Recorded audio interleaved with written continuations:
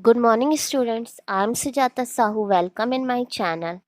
सबसे पहले मैं सारे सब्सक्राइबर को थैंक यू बोलना चाहूँगी जिन्होंने मेरा चैनल सब्सक्राइब किया है और हमेशा मुझे सपोर्ट करते हैं। आपके कमेंट्स पढ़ती हूँ तो अच्छा लगता है कि आप लोग की कुछ ना कुछ तो हेल्प हो रही है। किस तरह से आंसर प्रेजेंट करना है, क्या क्या चीज़ों का ध्यान रखना है, ये पहले वीडियो में हम डिस्कस कर चुके हैं। आप चाहे तो वहाँ पे विज़िट कर सकते हैं। इस वीडियो में हम बात करेंगे पेपर फर्स्ट की, जो कि बीएड फर्स्ट सेमेस्टर का पार्ट है।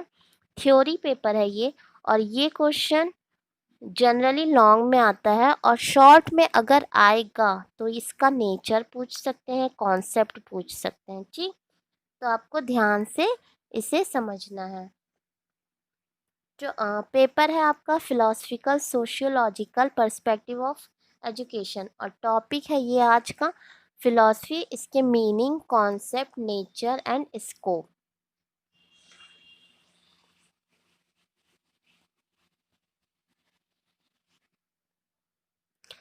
मीनिंग ऑफ फिलॉसफी, सबसे पहले आपको मीनिंग लिखनी है फिलॉसफी की। अब जैसे हम मीनिंग में भी क्या मेन चीज़ लिखते हैं, ऐसा नहीं है कि हमें कहानी लिखनी है, नहीं। जो क्वेश्चन में आपसे पूछा गया आपको वही लिखना है। प्लस आपको ये ध्यान रखना है कि दूसरों से आपका क्वेश्चन और या फिर आपका आंसर जो आप प्रेजेंट कर रहे हो वो कितना यूनिक होना चाहिए।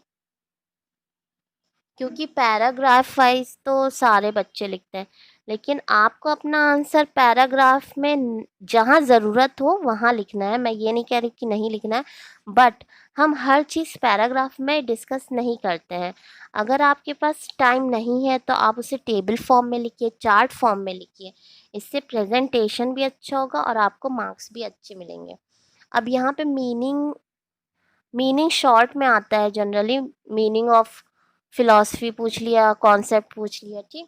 तो सबसे पहले मैंने यहाँ पे कुछ कुछ पॉइंट्स लिए हैं जो मुझे इम्पोर्टेंट लगे हैं। अगर आप चाहो तो इसे एलैबोरेट कर सकते हैं।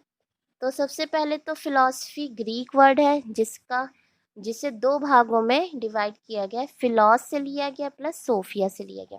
फिलॉस का मतलब होता है लव एंड सोफिया मतलब होता है नॉलेज और विजडम। तो ये आप डिफरेंट पेन से वहाँ पे मेंशन कर सकते हो। डिफरेंट पेन का मतलब है जैसे ब्लैक से आपने शो कर दिया, और या फिर ब्लैक स्केच से अंडरलाइन कर दिया। उसके बाद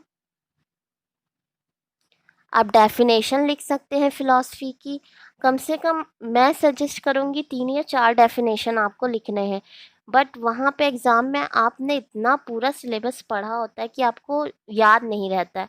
तो मैं ये कहना चाहूँगी उन स्टूडेंट से कि जब भी आप डेफिनेशन पढ़ें तो आप वही डेफिनेशन याद करें जो आपको ईज़िली याद हो जाए। ऐसा नहीं कि हम 3-4 लाइन की डेफिनेशन याद कर लिए और रट ली हैं और वहाँ जाके भूल गए, नहीं।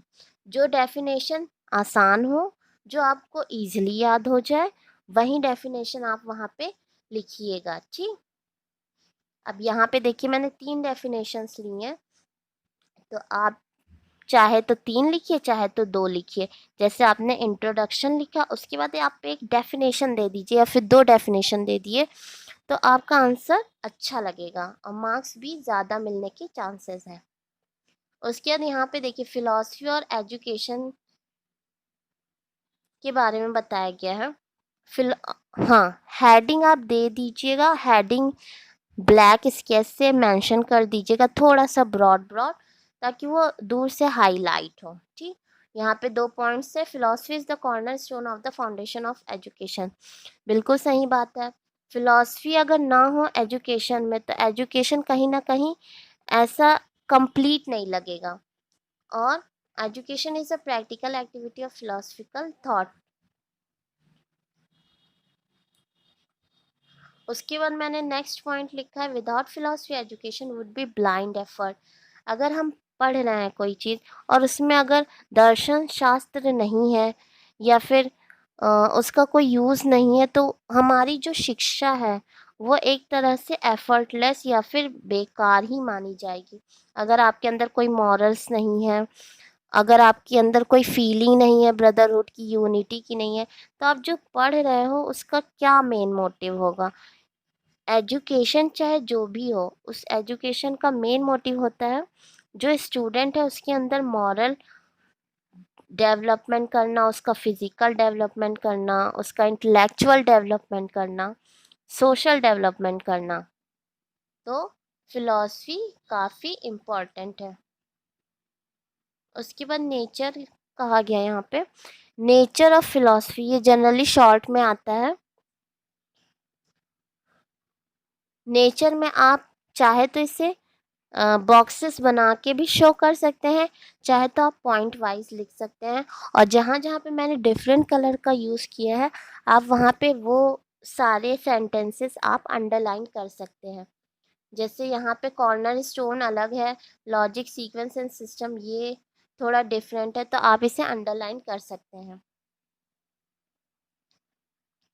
उसके बाद है scope of philosophy. Scope of philosophy में मेटाफिजिक्स, एपिस्टेमोलॉजी, एक्सियोलॉजी।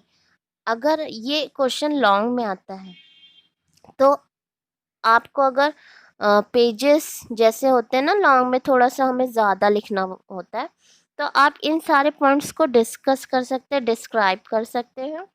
ज़्यादा नहीं, 4-5 लाइन इज़ सफिशिएंट। तो आप इसको वहाँ पे मेंशन कर सकते हैं।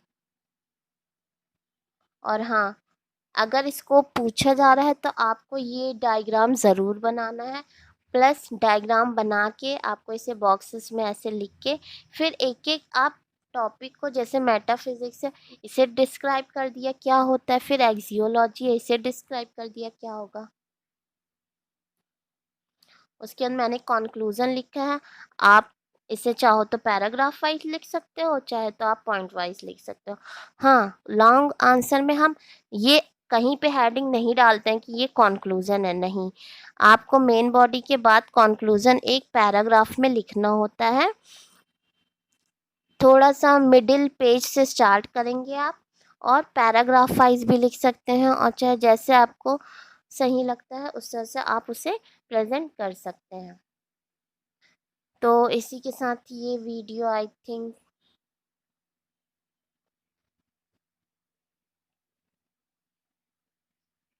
ख़त्म होता है।